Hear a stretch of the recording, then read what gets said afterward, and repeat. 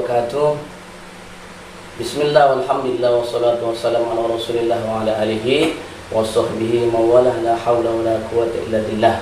Bersyukur kita kepada Allah dengan ucapan alhamdulillah rabbil alamin. Bersalawat kita kepada Rasulullah dengan ucapan Allahumma sholli ala sayyidina Muhammad wa ala ali sayyidina Muhammad.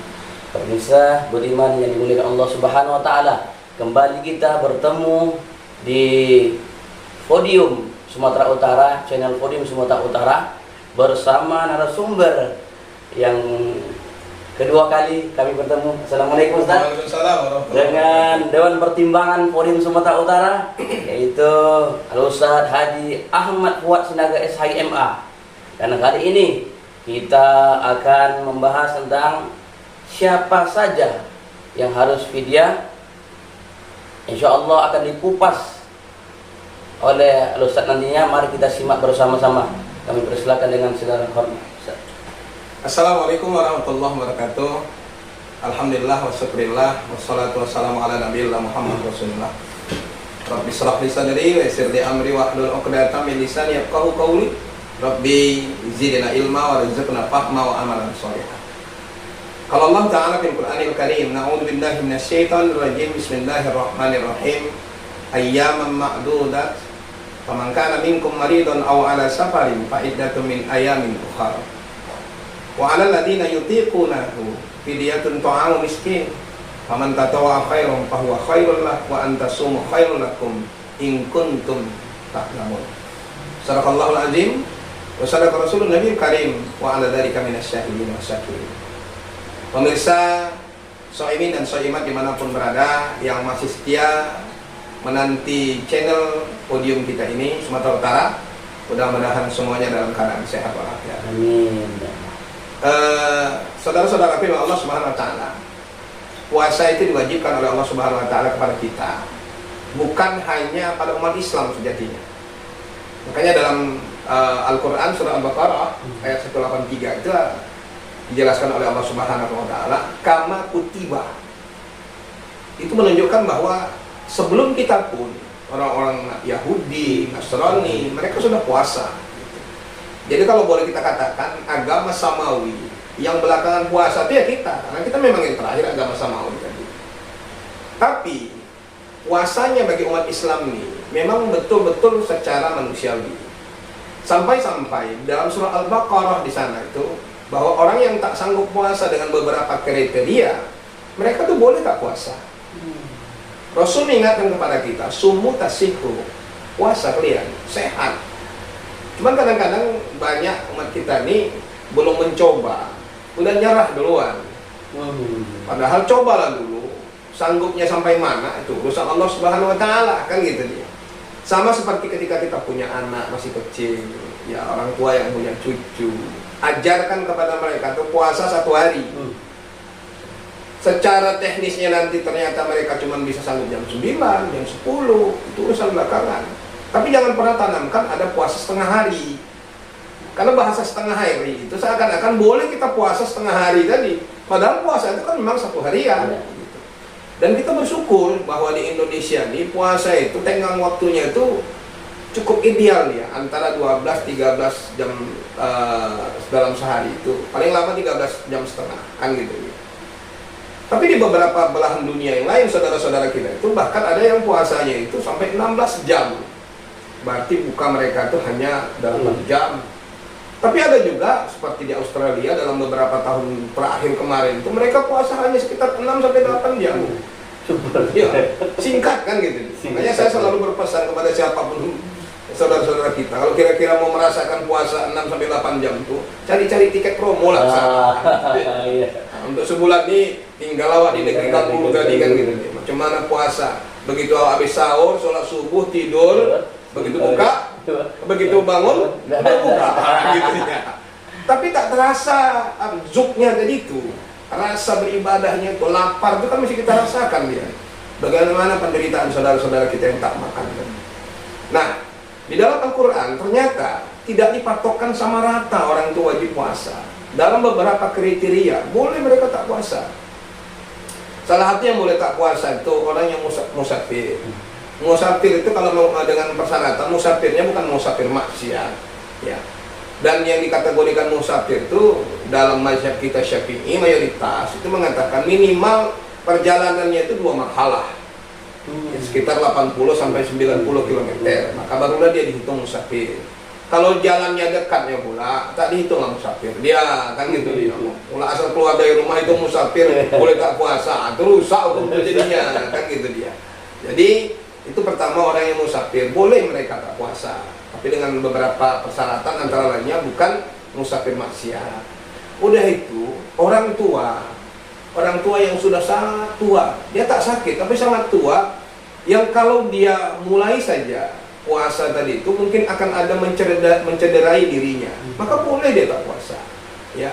Atau ada orang yang sakit, apakah dia memang sakit karena tua atau dia tak sakit karena tua tapi memang sakit kondisinya, dan oleh medis dia diwajibkan untuk mengkonsumsi obat setiap hari, maka boleh dia tak puasa.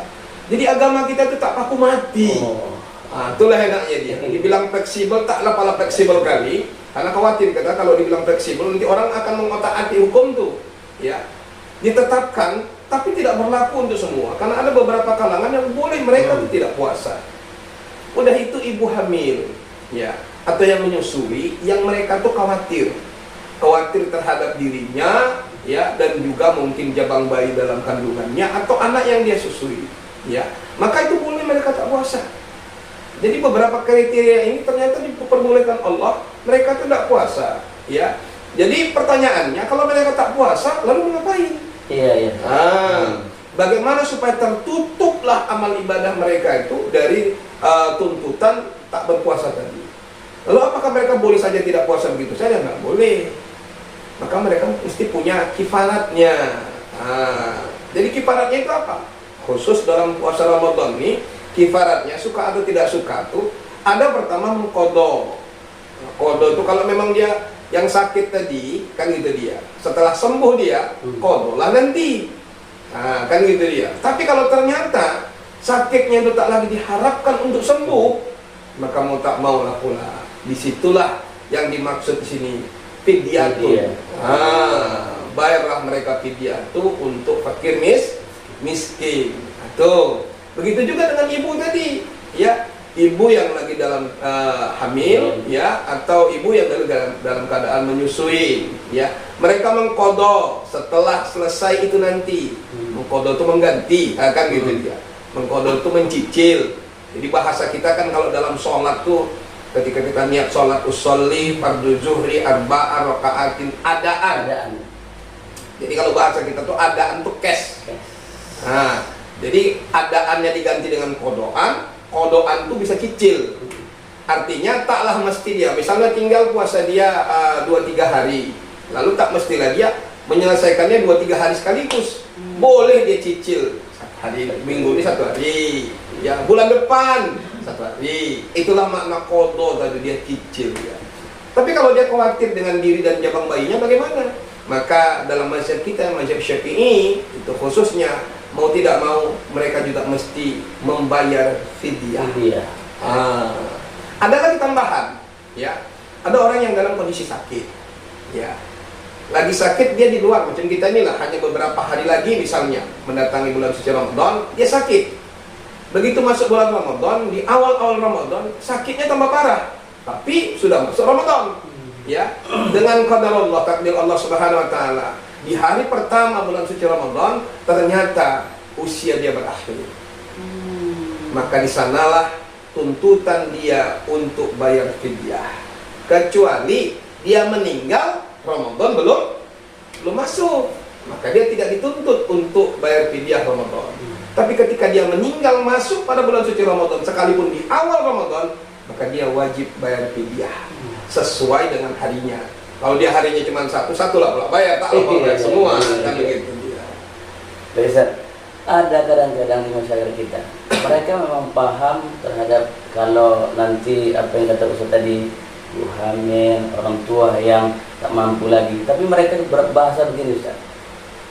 Kenapa sih kalau kami didenda dengan fidyah, bayar fidyah, lalu kami puasa lagi, capek kali, kenapa begini kali agama kita ini? Ada begitu Ustaz, ngomong Ustaz. ada beberapa jamaah di ngomong seperti itu, gimana Ustaz? Agar supaya mereka itu gini Ustaz, memahami inilah Islam itu. Artinya tidak memilah-milih Ustaz. Gimana Ustaz? Jadi sebenarnya tak ada perbedaan antara laki-laki dan perempuan. Cuma kadang-kadang secara johir seakan-akan kan perempuan saja terbebani. Ya.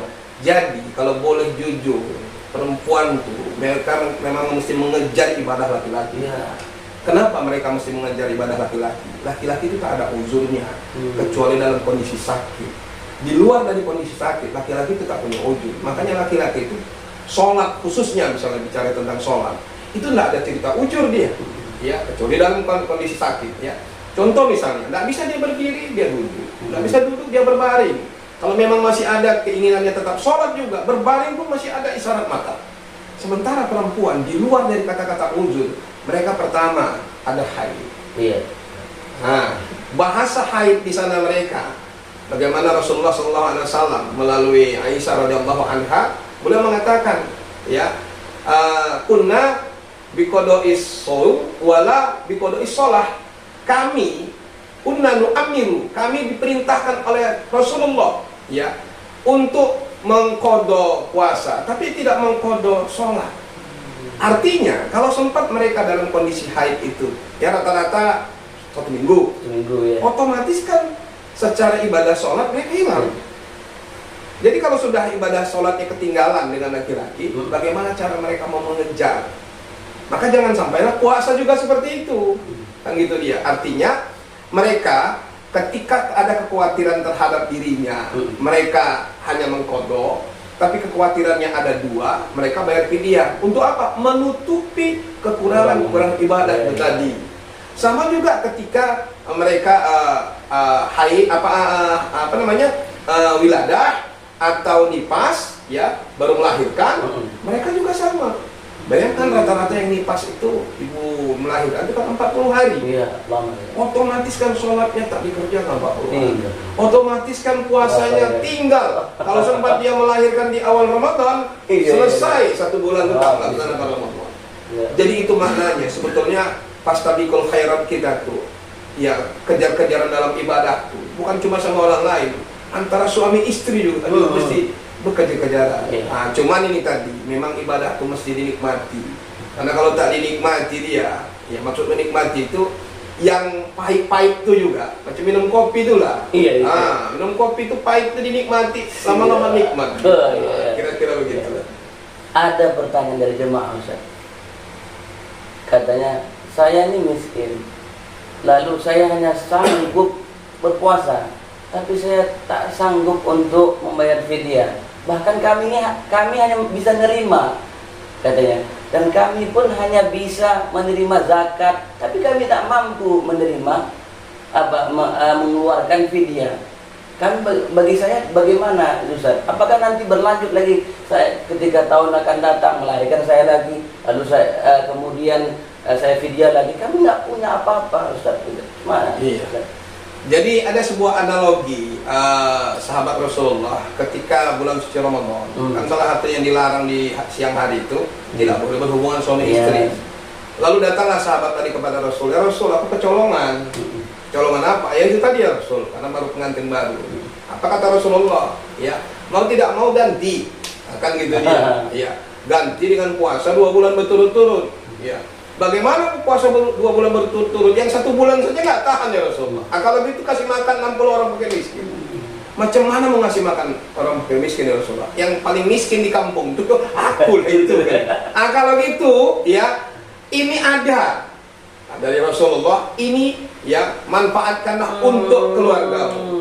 Jadi artinya kalau memang tak mampunya pula kita, ya tak diberatkan. Tapi kunci satu, saya mengajak kepada kita semua. Pertama, jangan bangga dengan kemiskinan. Artinya, jangan ketika kita dalam kekurangan lalu kita umbar kekurangan kita itu seakan-akan kita minta dikasihani. Ya, dalam Islam ini banyak kunci. Rajin kita sholat fajar. Rakaat ini sholatul fajr khairun minad dunya wa ma fiha. Rajin kita sholat duha. Insya Allah sekurang-kurangnya 2 rakaat saja. Rezeki itu ada saja diberikan oleh Allah. Jadi akan datang. Kalau kita tak dapat hari ini, tak bisa hari ini, insya Allah akan diberikan oleh Allah. Allah, Masya Allah. Baik, pemirsa budiman yang milik Allah Subhanahu wa taala, luar biasa, mantap. Sip apa yang disampaikan Ustaz Haji Ahmad Wasinaga tentang terkait fidyah. Mudah-mudahan jemaah sekalian bisa memahami dan terus belajar bagaimana pentingnya apa yang telah ditetapkan oleh Allah Subhanahu wa taala dan Rasulnya. Dan kita harus memahami dengan maksimal apa itu fidyah dan begitu juga bagaimana manfaatnya. Dan begitu juga bagi kawan-kawan kita yang belum mampu untuk fidyah sudah dikasih solusi oleh Al-Ustadznya. Mudah-mudahan bermanfaat bagi jemaah sekalian. Demikian yang disampaikan kami dari channel For You Sumatera Utara. Mengucapkan terima kasih dan semangat terus berpuasa. Insyaallah puasa tahun ini mendapat berkah dari Allah Subhanahu wa taala. Amin. La'allakum tattaqun, menjadi orang-orang yang bertakwa kepada Allah Subhanahu wa taala. Demikian, assalamualaikum warahmatullahi wabarakatuh. Terima kasih Ustaz. Sama-sama. Sama.